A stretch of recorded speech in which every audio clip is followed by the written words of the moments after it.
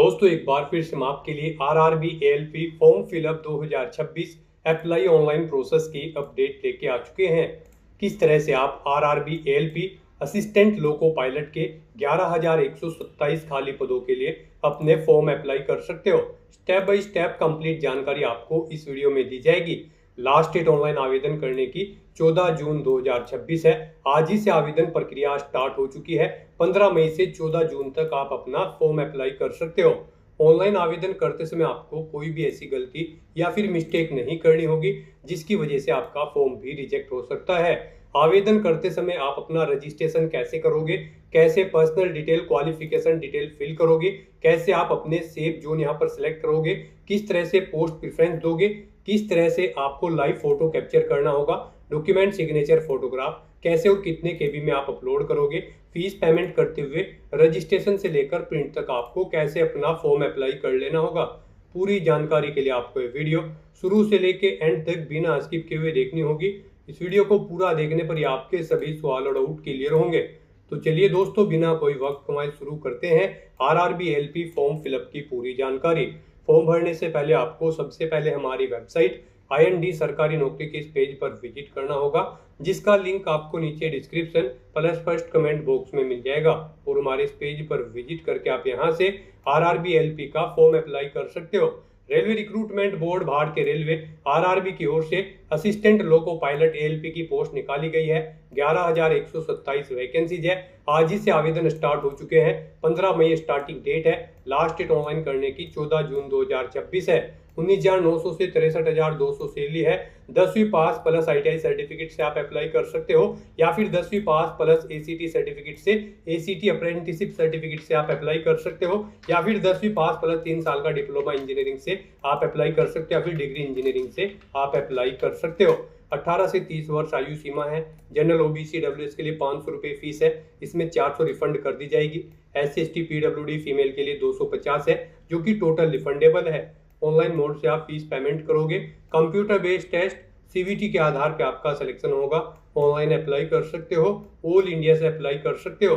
rrbapply.gov.in इसकी official website है, जिससे आप फॉर्म अप्लाई कर सकते हो। इंपोर्टेंट लिंक सेक्शन के अंतर्गत ऑफिशियल नोटिफिकेशन PDF लिंक पर क्लिक करके आप इसकी PDF डाउनलोड कर सकते हो। असिस्टेंट लोको पायलट एएलपी की ऑफिशियल PDF है।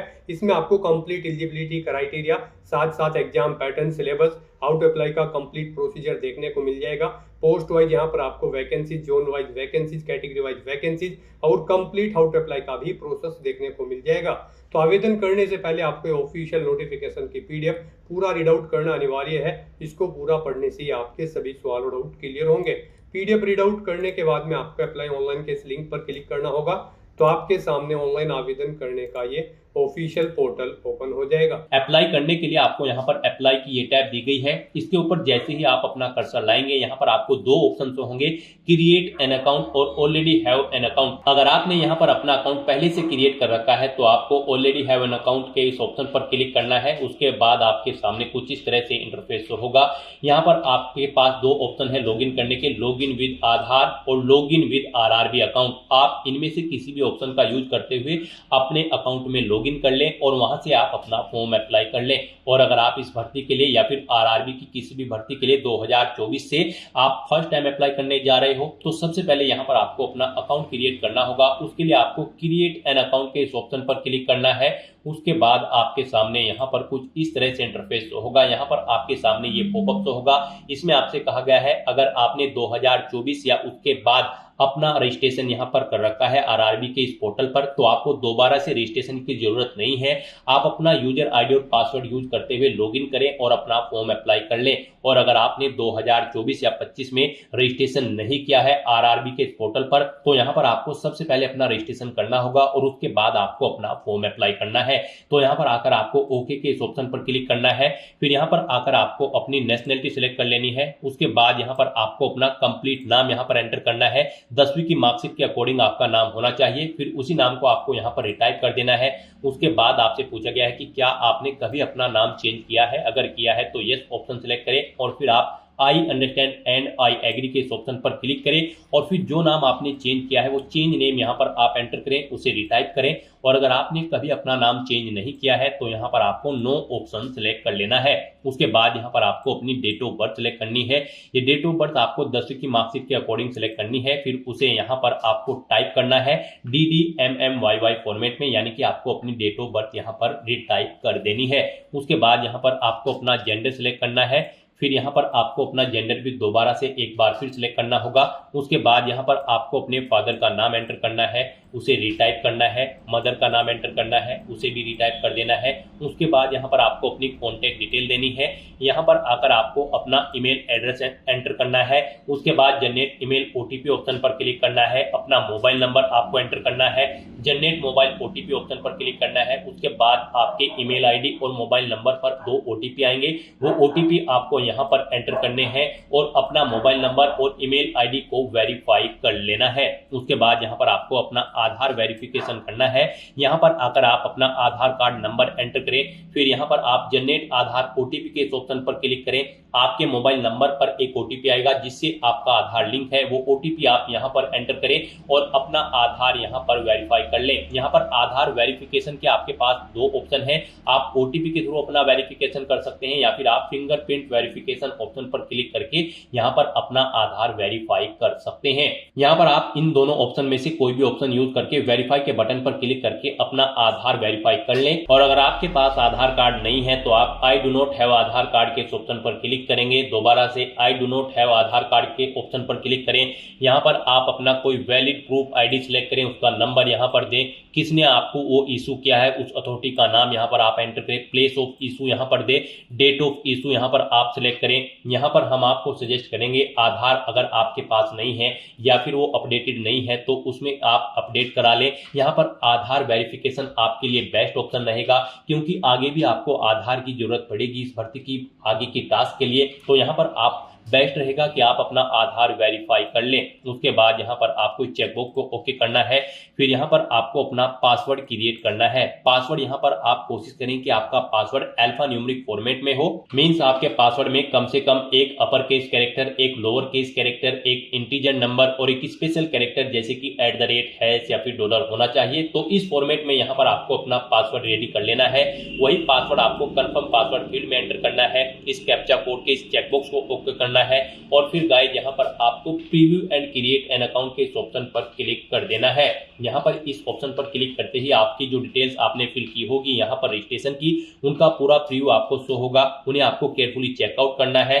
अगर कोई मिस्टेक होगी तो आप एडिट कर लेंगे, नहीं तो आपको अपना रजिस्ट्रेशन कंप्लीट कर लेना है। आपका रजिस्ट्रेशन सक्सेसफुली कंप्लीट होने के बाद आपको आरआरबी के ऑफिशियल पोर्टल पर रिडायरेक्ट कर दिया जाएगा। यहाँ पर आकर आपको दोबारा से अप्लाई के इस ऑप्शन पर क्लिक करना है। फिर यहाँ पर आपको ऑलरेडी हैव एन अकाउंट के इस ऑप्शन पर क्लिक करना है या फिर आपके सामने डायरेक्टली यही इंटरफेस शो होगा। फिर यहाँ पर आने के बाद आपको लॉग इन विद आधार या फिर log in with RRB account, इन दोनों ऑप्शन में से कोई भी ऑप्शन का यूज करते हुए आपको अपने डैशबोर्ड में लॉगिन करना है। गाइड यहाँ पर अगर आप login with Aadhaar option select करते हैं तो फिर यहाँ पर आपको अपना आधार नंबर एंटर करना है। उसके बाद आपको जनरेट आधार ओटीपी के ऑप्शन पर क्लिक करना है। एक ओटीपी आपके मोबाइल नंबर पर आएगा जिससे आपका आधार लिंक है, वो ओटीपी आपको यहाँ पर एंटर करना है। I am not a robot, इस चेकबॉक्स को ओके करना है और फिर आपको यहाँ पर लॉगिन के इस ऑप्शन पर क्लिक करके अपने डैशबोर्ड में लॉगिन कर लेना है और फिर वहां से आपको अपना फॉर्म अप्लाई करना है। और अगर आप login with RRB account option select करते हैं तो आपके सामने फिर यहाँ पर कुछ इस तरह से इंटरफेस होगा। यहाँ पर आने के बाद अब आपको अपना मोबाइल नंबर या फिर ईमेल एड्रेस एंटर करना है, अपना पासवर्ड आपको एंटर करना है। I am not a robot, आपको इस चेकबॉक्स को ओके करना है और फिर यहाँ पर आपको कैप्चा कोड के अकॉर्डिंग आपको इमेज सेलेक्ट कर लेनी है और फिर गाइस यहाँ पर आपको लॉगिन के इस ऑप्शन पर क्लिक करके अपने डैशबोर्ड में लॉगिन कर लेना है। जैसे ही आप लॉगिन के ऑप्शन पर क्लिक करेंगे आपके सामने कुछ इस तरह से इंटरफेस होगा। यहाँ पर अब आपको 2 फैक्टर ऑथेंटिकेशन मोड कंप्लीट करना है। यहाँ पर आप सेंड ओटीपी टू ईमेल, आप इस ऑप्शन पर क्लिक करें। आपकी ईमेल आईडी पर एक ओटीपी जाएगा, वो ओटीपी आप यहाँ पर एंटर करें या फिर आप सेंड ओटीपी टू फोन के ऑप्शन पर क्लिक करें। फिर आपके मोबाइल नंबर पर एक OTP जाएगा, वो OTP आपको यहाँ पर एंटर करना है और फिर गाइज आपको लॉगिन के इस ऑप्शन पर क्लिक करके अपने डैशबोर्ड में लॉगिन कर लेना है। लॉगिन करने के बाद आपके सामने आपका डैशबोर्ड कुछ इस तरह से शो होगा। यहाँ पर आपको टॉप पर ही 4 ऑप्शन दिए गए हैं। सबसे पहले यहाँ पर आपको कुछ जनरल इंस्ट्रक्शन दिए गए हैं। आपको फॉर्म अप्लाई करने से पहले इन्हें केयरफुली रीड कर लेना है। यहाँ पर ऑनलाइन एप्लीकेशन का ऑप्शन है, एप्लीकेशन हिस्ट्री है। यहाँ पर जब आप फॉर्म अप्लाई कर लोगे तो फिर आप इस ऑप्शन में जाकर चेकआउट कर पाओगे आप अपना एप्लीकेशन फॉर्म सक्सेसफुली सबमिट कर चुके हो या फिर नहीं।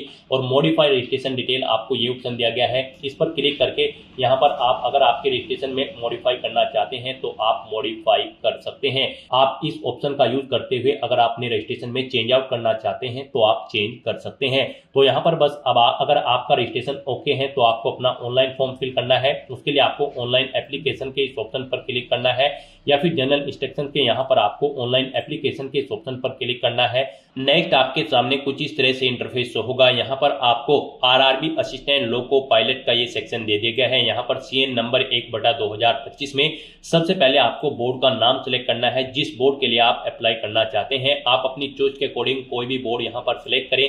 इस चेकबॉक्स को ओके करें, यानी कि आपको आरआरबी आरआरसी की किसी भी भर्ती एग्जाम में बैठने से नहीं रोका गया है। तो आपको इस चेकबॉक्स को ओके कर देना है और उसके बाद गाइस यहाँ पर आपको नेक्स्ट के इस ऑप्शन पर क्लिक करना है। नेक्स्ट आपके सामने कुछ इस तरह से इंटरफेस होगा। यहाँ पर आपकी कुछ डिटेल ऑटोमेटिकली फेच कर ली गई है आपके रजिस्ट्रेशन से। यहाँ पर बस अब आपको सबसे पहले अपना मैरिटल स्टेटस देना है। उसके बाद आपको अपना रिलीजन सिलेक्ट करना है, अपनी मातृभाषा यहाँ पर आपको सिलेक्ट कर लेनी है। फिर यहाँ पर आपको choice of language for examination, जिस लैंग्वेज में आप अपना एग्जाम चाहते हैं वो लैंग्वेज यहाँ पर आपको सिलेक्ट करनी है। फिर यहाँ पर आपकी बॉडी पर कोई कट या तिल का निशान है तो उस पैलेस का नाम यहाँ पर आपको एंटर कर देना है। 2 पैलेस के नाम यहाँ पर आपको एंटर करने हैं, नहीं है तो यहाँ पर आप नो मार्क एंटर कर देंगे। उसके बाद यहाँ पर आपको अपनी कम्युनिटी सिलेक्ट कर लेनी है। उसके बाद यहाँ पर अगर आप रिजर्व कैटेगरी से बिलोंग करते हो तो यहाँ पर आपको अपनी कास्ट का नाम देना है, कम्युनिटी सर्टिफिकेट नंबर देना है। कम्युनिटी सर्टिफिकेट आपको किस अथॉरिटी ने इशू किया है, collector, city magistrate, deputy collector, आप अपने अकॉर्डिंग यहाँ पर ऑप्शन सेलेक्ट करें। उसके बाद इशूइंग स्टेट यहाँ पर आप सिलेक्ट करें। उसके बाद यहाँ पर आपका जो सर्टिफिकेट है वो कब आपको इशू हुआ है वो डेट आपको सिलेक्ट कर लेनी है। फिर यहाँ पर आपसे पूछा गया कि क्या आप फ्री ट्रेवल पास चाहते हैं रेलवे का, अगर चाहते हैं तो यस करें।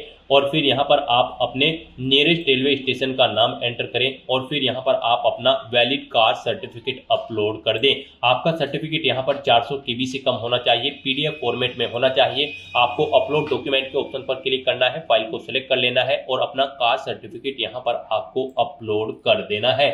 और अगर आप यहाँ पर अनरिजर्व कैटेगरी से आते हैं तो फिर आगे के ऑप्शन आपको डिसेबल्ड कर दिए जाएंगे। उसके बाद यहाँ पर आपको अपना प्रेजेंट एड्रेस एंटर करना है, फिर आपको अपना परमानेंट एड्रेस एंटर करना है। और अगर आपका परमानेंट एड्रेस आपके प्रेजेंट एड्रेस के अकॉर्डिंग सेम है तो आप इस चेकबॉक्स को ओके कर दें। ऑटोमेटिकली आपका परमानेंट एड्रेस आपके प्रेजेंट एड्रेस के अकॉर्डिंग फिल हो जाएगा। उसके बाद गाइस यहाँ पर आपको सेव के इस ऑप्शन पर क्लिक करके अपनी डिटेल सेव कर देनी है और फिर आपको नेक्स्ट के इस ऑप्शन पर क्लिक करना है। नेक्स्ट गाइस यहाँ पर आपको अपनी कैटेगरी की डिटेल देनी है। यहाँ पर आपसे पूछा गया है कि क्या आप EX सर्विसमैन हैं, अगर हैं तो आप यस ऑप्शन सिलेक्ट करें। फिर यहाँ पर आप अपनी डिफेंस सर्विस सिलेक्ट करें, किसमें आप EX सर्विसमैन थे, आर्मी, नेवी, एयरफोर्स, अपने अकॉर्डिंग ऑप्शन सिलेक्ट करें। अपनी रैंक यहाँ पर एंटर करें, डेट ऑफ अटेस्टेशन यहाँ पर आप सिलेक्ट करें। और फिर आपसे पूछा गया कि क्या आप फिलहाल भी डिफेंस सर्विस में कार्यरत हैं, अगर हैं तो यस करें और फिर यहाँ पर नहीं है तो आप नो ऑप्शन सिलेक्ट कर लें। अगर आप यहाँ पर जॉब छोड़ चुके हो, डेट ऑफ डिस्चार्ज यहाँ पर आप सिलेक्ट करें, रीजन ऑफ डिस्चार्ज यहाँ पर दे, डिस्चार्ज सर्टिफिकेट नंबर दे। क्या आपने दोबारा से री एम्प्लॉयमेंट किया है एज ए EX सर्विसमैन, अगर किया है तो यस करें, नहीं तो नो ऑप्शन सिलेक्ट करें। और गाइज अगर आप EX सर्विसमैन नहीं हो तो यहाँ पर आपको नो ऑप्शन सिलेक्ट करना है, आगे की डिटेल आपको डिसेबल्ड कर दी जाएगी। फिर यहाँ पर आपसे पूछा गया कि क्या आप EBC सर्टिफिकेट होल्डर कैंडिडेट हैं, अगर हैं तो आप यस करें और फिर I understand and I agree के इस ऑप्शन पर क्लिक करें। फिर यहाँ पर आपसे पूछा गया है कि do you wish to avoid fee concession, अगर आप फीस में कंसेशन चाहते हैं तो यस ऑप्शन सिलेक्ट करें। फिर अपना सर्टिफिकेट नंबर दें, इश्यूइंग अथॉरिटी यहाँ पर आप सिलेक्ट करें, कब आपको ये सर्टिफिकेट इशू हुआ है वो डेट आप सिलेक्ट कर लें। और अगर आप ईबीसी सर्टिफिकेट होल्डर कैंडिडेट नहीं है तो यहाँ पर आपको नो ऑप्शन सिलेक्ट करना है। उसके बाद यहाँ पर आपसे पूछा गया कि क्या आप रेलवे में सर्विस करते हैं। यहाँ पर अगर आप रेलवे एम्प्लॉय हैं तो आप यस करेंगे। फिर यहाँ पर आपसे पूछा गया कि क्या आपने यहाँ पर एनओसी के लिए अप्लाई किया हुआ है, तो यहाँ पर आप किया हुआ है तो यस करें, नहीं तो आप यहाँ पर नो ऑप्शन सिलेक्ट करेंगे। और उसके बाद यहाँ पर आपको अपनी कैटेगरी देनी है, उसके बाद प्लेस ऑफ वर्किंग देना है, अपना जोन यहाँ पर आपको सिलेक्ट करना है। और अगर आप रेलवे के एम्प्लॉय नहीं है तो यहाँ पर आपको नो ऑप्शन सिलेक्ट करना है। उसके बाद यहाँ पर आपको पूछा गया कि क्या आप करंट में कहीं पर एम्प्लॉय हैं, अगर है तो यहाँ पर आप ऑप्शन सेलेक्ट करें, आप सेंट्रल गवर्नमेंट में एम्प्लॉय हैं, स्टेट में या फिर किसी पब्लिक सेक्टर में, तो यहाँ पर आप अपने अकॉर्डिंग ऑप्शन सेलेक्ट करें और फिर यहाँ पर आप उसकी डिटेल दें। जैसे कि अगर आप स्टेट गवर्नमेंट में एम्प्लॉय हैं तो नेम ऑफ ऑर्गेनाइजेशन, किस डेट से आपने जॉब स्टार्ट की है और क्या फिलहाल भी आप वर्क कर रहे हैं, यहाँ पर आपको ये डिटेल्स प्रोवाइड करानी है। और अगर आप यहाँ पर करंट एम्प्लॉयमेंट नहीं है, यानी कि आप करंट में जॉब नहीं करते हैं, तो फिर यहाँ पर आपको नॉट एप्लीकेबल का ये ऑप्शन सेलेक्ट करना है। उसके बाद आपको इस पेज को नीचे स्क्रॉल डाउन करना है। नेक्स्ट यहाँ पर आपसे पूछा गया कि क्या आपने अपना एसीटी अप्रेंटिस का कोर्स कंप्लीट किया हुआ है। अगर किया हुआ है तो यहाँ पर आप यस ऑप्शन सेलेक्ट करें, फिर आप अपनी ट्रेड का नाम सेलेक्ट करें, किस ट्रेड में आपने कोर्स कंप्लीट किया है, कब से आपने ट्रेनिंग स्टार्ट की थी वो डेट सेलेक्ट करें, कब कंप्लीट हुई है वो डेट आप सेलेक्ट करें। फिर यहाँ पर आपका रिजल्ट डिक्लेयर हो चुका है या फिर नहीं, आपको येस या नो ऑप्शन सेलेक्ट करना है। और अगर गाइज यहाँ पर आप अपना एसीटी अप्रेंटिस का कोर्स कंप्लीट नहीं किए हो तो यहाँ पर आपको नो ऑप्शन सेलेक्ट करना है, फिर आपको ये डिटेल देनी नहीं होगी। फिर यहाँ पर आपको अपनी फीस रिफंड के लिए बैंक डिटेल प्रोवाइड करनी है। पहले यहाँ पर आपको अपना अकाउंट नंबर देना होता था, IFSC कोड एंटर करना होता था और अपनी बैंक की डिटेल भरनी होती थी फीस रिफंड के लिए। लेकिन गाइज अब यहाँ पर ये प्रोसेस चेंज कर दिया है RRB ने। अब यहाँ पर आपको अपना 12 डिजिट का आधार नंबर एंटर करना है। वो आधार नंबर यहाँ पर आपको एंटर करना है जिससे आपका बैंक अकाउंट लिंक है। तो यहाँ पर आप अपना आधार नंबर एंटर करेंगे और आपके अकाउंट की डिटेल आपके आधार के थ्रू यहाँ पर फेच कर ली जाएगी। जब आप अपना आधार कार्ड नंबर एंटर करेंगे तो आपकी डिटेल यहाँ पर प्रोसेस होगी और फिर यहाँ पर आपका आधार जिस बैंक अकाउंट से लिंक है वो यहाँ पर आपको शो कर दिया जाएगा। अगर इसे आप चेंज करना चाहते हैं तो आप चेंज अकाउंट डिटेल के ऑप्शन पर क्लिक करके चेंज भी कर सकते हैं। यहाँ पर आप कोई भी अकाउंट चेंज कर सकते हैं जिसमें भी आप अपना फीस रिफंड चाहते हैं, अपना या अपने भाई का या फिर अपने माता पिता का, जो भी अकाउंट आप चेंज करना चाहते हैं, चेंज अकाउंट डिटेल के ऑप्शन पर क्लिक करके आप चेंज भी कर सकते हैं। इस तरह से अपने सभी डिटेल्स प्रोवाइड करने के बाद गाइज फिर आपको यहाँ पर सेव के इस ऑप्शन पर क्लिक करके अपनी डिटेल सेव कर देनी है और उसके बाद आपको नेक्स्ट के इस ऑप्शन पर क्लिक करना है। नेक्स्ट यहाँ पर आपको अपनी एजुकेशनल क्वालिफिकेशन की डिटेल देनी है। यहाँ पर RRB असिस्टेंट लोको पायलट की इस भर्ती में पार्टिसिपेट करने के लिए आपका 10वीं क्लास पास आउट होना जरूरी है, प्लस आपके पास ITI का सर्टिफिकेट भी होना जरूरी है किसी रिलेवेंट ट्रेड के अंतर्गत। तो यहाँ पर अब आपको सबसे पहले आकर आपको अपनी एडिट के इस ऑप्शन पर क्लिक करना है। उसके बाद यहाँ पर आपको अपनी 10वीं क्लास की डिटेल प्रोवाइड करनी है। यहाँ पर आपको सबसे पहले स्टेट सिलेक्ट करना है, किस स्टेट से आपने अपनी 10वीं क्लास पास आउट की है। फिर आपको अपना डिस्ट्रिक्ट सिलेक्ट करना है, फिर आपको बोर्ड का नाम यहाँ पर देना है, किस बोर्ड से आपने अपनी 10वीं क्लास पास आउट की है। फिर आपको पासिंग डेट यहाँ पर सिलेक्ट करनी है, किस डेट को आपने अपनी 10वीं क्लास पास आउट की है। 10वीं का रोल नंबर यहाँ पर आपको एंटर करना है। अपनी 10वीं क्लास का यहाँ पर आपको सर्टिफिकेट का सीरियल नंबर एंटर कर देना है और फिर आपको अपडेट के इस ऑप्शन पर क्लिक करके अपनी ये डिटेल यहाँ पर अपडेट कर देनी है। यहाँ पर आपको ये डिटेल ऑटोमेटिकली फिर मिल जाएगी। अगर आपने RRB में 2024 या 25 की किसी भर्ती में पहले भी अप्लाई किया हुआ है, नहीं मिलेगी तो फिर यहाँ पर आपको मैन्युअली ये डिटेल्स एंटर कर देनी है और अपडेट के ऑप्शन पर क्लिक करके अपनी डिटेल सेव कर देनी है। इस तरह से यहाँ पर आपकी 10वीं क्लास की डिटेल सक्सेसफुली सेव हो जाएगी। उसके बाद यहाँ पर जो रिक्वायर्ड क्वालिफिकेशन है आपके पास यहाँ पर इस भर्ती में पार्टिसिपेट करने के लिए ITI का सर्टिफिकेट होना जरूरी है रिलेवेंट ट्रेड के अंतर्गत। यहाँ पर या तो आपके पास ITI का सर्टिफिकेट हो या फिर आपके पास 3 साल का डिप्लोमा होना चाहिए इंजीनियरिंग का, या फिर डिग्री होनी चाहिए इंजीनियरिंग की रिलेवेंट ट्रेड के अंतर्गत, या फिर आपके पास ITI या फिर NAC नेशनल अप्रेंटिसशिप सर्टिफिकेट होना चाहिए। तो आपको इनमें से अपनी चॉइस के अकॉर्डिंग कोई भी ऑप्शन सिलेक्ट करना है, जो भी आपके पास है आप यहाँ पर ऑप्शन सिलेक्ट करें। ITI अगर आप सिलेक्ट करते हैं तो फिर यहाँ पर आकर आपको सबसे पहले ट्रेड सिलेक्ट करनी है, किस ट्रेड में आपने अपनी ITI कंप्लीट की है। फिर आपको स्टेट सिलेक्ट करना है, किस स्टेट से आपने अपनी ITI कंप्लीट की है। फिर स्टेट के अकॉर्डिंग यहाँ पर आपको अपना डिस्ट्रिक्ट सिलेक्ट कर लेना है, इंस्टीट्यूट का नाम देना है जिससे आपने अपनी ITI कंप्लीट की है, पासिंग डेट यहाँ पर आपको सिलेक्ट करनी है, कब पास आउट की है, सर्टिफिकेट आपको किसने इशू किया है, आईटीआई का, एनसीवीटी या फिर एससीवीटी ने, आप अपने अकॉर्डिंग ऑप्शन सिलेक्ट करें। सर्टिफिकेट का टाइप यहाँ पर आप सिलेक्ट करें, वो नेशनल ट्रेड सर्टिफिकेट है या फिर स्टेट ट्रेड सर्टिफिकेट है। इस तरह से अपनी डिटेल यहाँ पर फिल करने के बाद फिर आपको ऐड के इस ऑप्शन पर क्लिक करना है और अपनी इस डिटेल को यहाँ पर ऐड कर देना है। इस तरह से यहाँ पर आपकी आईटीआई की डिटेल भी ऐड हो जाएगी। उसके बाद अगर आपके पास 3 साल का डिप्लोमा है इंजीनियरिंग का या फिर डिग्री है इंजीनियरिंग की या फिर एनएससी सर्टिफिकेट है, तो आप अपने अकॉर्डिंग यहाँ पर ऑप्शन सिलेक्ट करके उसकी डिटेल भी सेम ऐसे ही यहाँ पर प्रोवाइड करा सकते हैं। इस तरह से अपनी क्वालिफिकेशन की डिटेल फिल करने के बाद फिर आपको नेक्स्ट के इस ऑप्शन पर क्लिक करना है। नेक्स्ट यहाँ पर आपको अपना फोटो और सिग्नेचर अपलोड करने हैं। गाइस, जैसा कि हमने आपको स्टार्टिंग में ही बताया था कि कौन सी वो कॉमन मिस्टेक है जिसे करने से आपका एप्लीकेशन फॉर्म रिजेक्ट हो सकता है, तो इस सेक्शन में आपको दी गई गाइडलाइंस के अकॉर्डिंग ही अपना फोटो और सिग्नेचर अपलोड करने हैं, अदरवाइज आपके एप्लीकेशन फॉर्म के रिजेक्ट होने के चांसेस रहते हैं। यहाँ पर आपके फोटो की जो हाइट होगी वो 320 पिक्सल होनी चाहिए और जो विड्थ होगी वो 240 पिक्सल होनी चाहिए। जेपीजी या फिर जेपीईजी फॉर्मेट में आपका फोटो होना चाहिए। साइज उसका यहाँ पर 100 KB से 150 KB के बीच में होना चाहिए और जो आपके सिग्नेचर होंगे यहाँ पर उनकी हाइट 60 पिक्सल होनी चाहिए और विड्थ 140 पिक्सल। साइज उनका यहाँ पर 30 KB से 49 KB के बीच में होना चाहिए। जेपीजी या फिर जेपीईजी फॉर्मेट में आपके सिग्नेचर होने चाहिए। यहाँ पर आपके फोटो रिजेक्ट होने के कुछ सैंपल आपको दिए गए हैं। यहाँ पर आपको सैंपल ऑफ फ्यू रिजेक्टेबल फोटोज, आपको इस ऑप्शन पर क्लिक करना है। यहाँ पर आपको सैंपल शो कर दिए गए हैं। यहाँ पर आपका फोटो इस तरह से नहीं होना चाहिए, इस फॉर्मेट में यहाँ पर आपका फोटो होना चाहिए।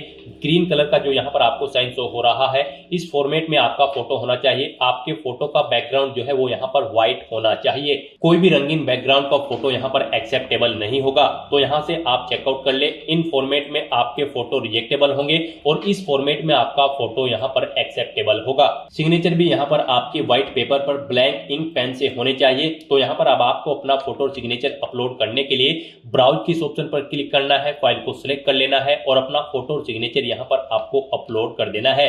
गाइस, यहाँ पर अगर आपके फोटो या सिग्नेचर का साइज कम या ज्यादा है तो आप उसे यहाँ पर रिसाइज कर सकते हैं।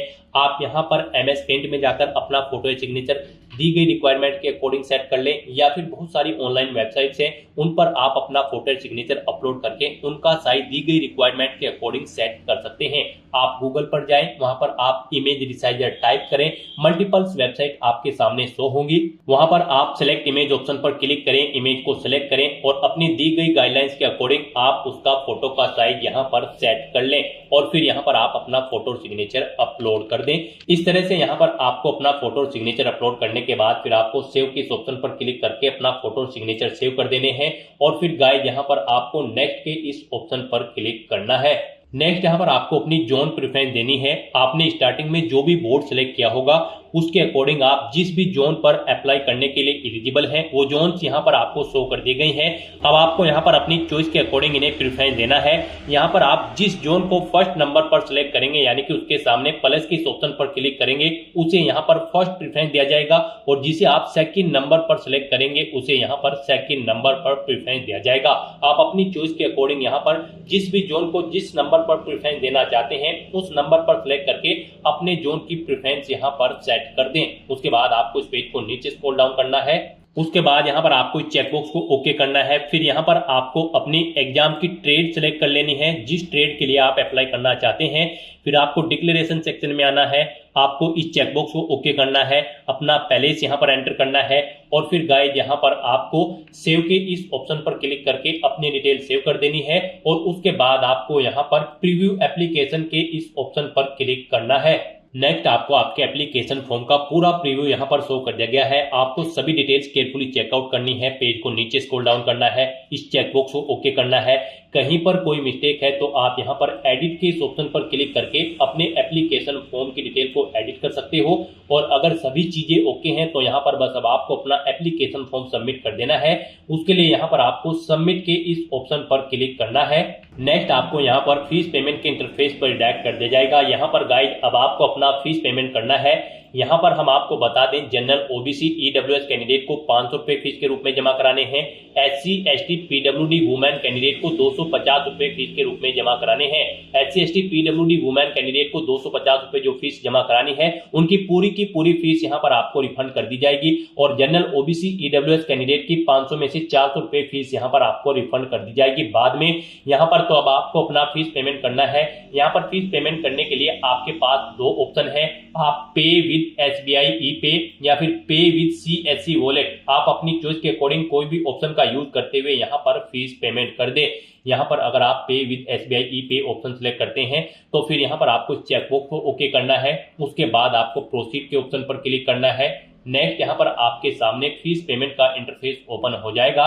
गाइस, यहाँ पर आने के बाद आप debit card, credit card, SBI corporate credit card या फिर इंटरनेट बैंकिंग या फिर UPI के माध्यम से अपना फीस पेमेंट कर सकते हो। UPI यहाँ पर आपके लिए बेस्ट ऑप्शन रहेगा। आप UPI के इस ऑप्शन पर क्लिक करें। अगर आपको अपनी UPI ID पता है तो आप एंटर UPI ID के इस ऑप्शन पर क्लिक करें। यहाँ पर आप अपनी UPI ID एंटर करें और वैलिडेट UPI ID ऑप्शन पर क्लिक करते हुए अपना फीस पेमेंट कर दें। और अगर आप QR कोड के थ्रू फीस पेमेंट करना चाहते हैं तो यहाँ पर आप UPI QR के इस ऑप्शन पर क्लिक करें। फिर आप पे नाउ के इस ऑप्शन पर क्लिक करें। पे नाउ ऑप्शन पर क्लिक करते ही आपके सामने एक QR कोड शो होगा। आप उसे अपने किसी भी UPI से स्कैन करें और अपना फीस पेमेंट कर दें। सक्सेसफुली फीस पेमेंट करने के बाद आपको आपके डैशबोर्ड में डायरेक्ट कर दिया जाएगा। अपने डैशबोर्ड में आकर आपको एप्लीकेशन हिस्ट्री की स्टेप पर आना है और फिर यहाँ पर आपको असिस्टेंट लोको पायलट के सामने यहाँ पर आपको व्यू एप्लीकेशन के इस ऑप्शन पर क्लिक करके अपने एप्लीकेशन फॉर्म का एक हार्ड कॉपी प्रिंट आउट ले लेना है फ्यूचर यूज के लिए, फ्यूचर रेफरेंस के लिए। यहाँ पर आप अपने एप्लीकेशन फॉर्म का स्टेटस भी चेकआउट कर सकते हो। यहाँ पर आपके एप्लीकेशन फॉर्म का स्टेटस आपको सक्सेस शो कर दिया जाएगा अगर आपका एप्लीकेशन फॉर्म सक्सेसफुली सबमिट हो जाता है। तो दोस्तों, ऐसे आप RRB assistant loco pilot post के लिए अपना फॉर्म अप्लाई कर सकते हो बिना कोई मिस्टेक किए हुए, स्टेप बाय स्टेप। आज की इस वीडियो में बस इतना ही। आई होप ये वीडियो आपको पसंद आई होगी। अगर पसंद आई हो तो इसे लाइक और शेयर करें। चैनल पर नए हो तो इसे सब्सक्राइब कर लें। Thanks for watching.